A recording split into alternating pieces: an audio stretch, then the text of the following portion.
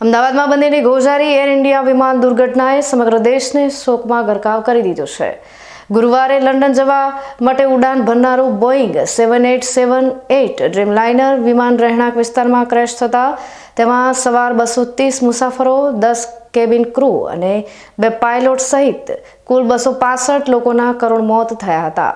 આ દુર્ઘટનામાં નજીકની મેડિકલ કોલેજના કેટલાક વિદ્યાર્થીઓ પણ કાળનો કોળિયો બની ગયા હતા।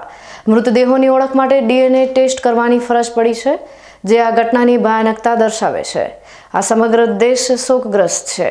ત્યારે દુર્ઘટનામાં જીવ ગુમાવનારા કમનસીબ મૃતકોને શ્રદ્ધાંજલિ અર્પણ કરવા માટે થરાદમાં પણ કાર્યક્રમ યોજાયો હતો।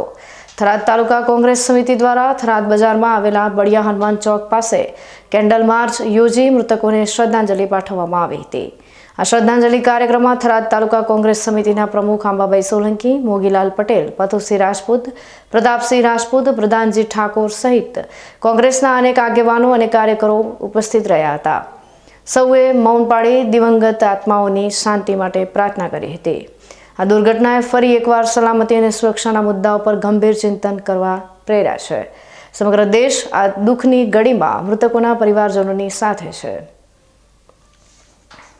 અમદાવાદ ખાતે પ્રભ દિવસે જે વિમાન ક્રેશ થયું અને આપણા ગુજરાતના પૂર્વ મુખ્યમંત્રી અને 250થી પણ વધુ લોકોના જીવ ગયા, એમના આત્માને શાંતિ મળે, એમના આત્માને જન્નત મળે, એના માટે આજે અમે કેન્ડલ માર્ચ યોજી છે અને મૌન વ્રત ધારણ કરી અને શ્રદ્ધાસુમન પાઠવ્યા છે।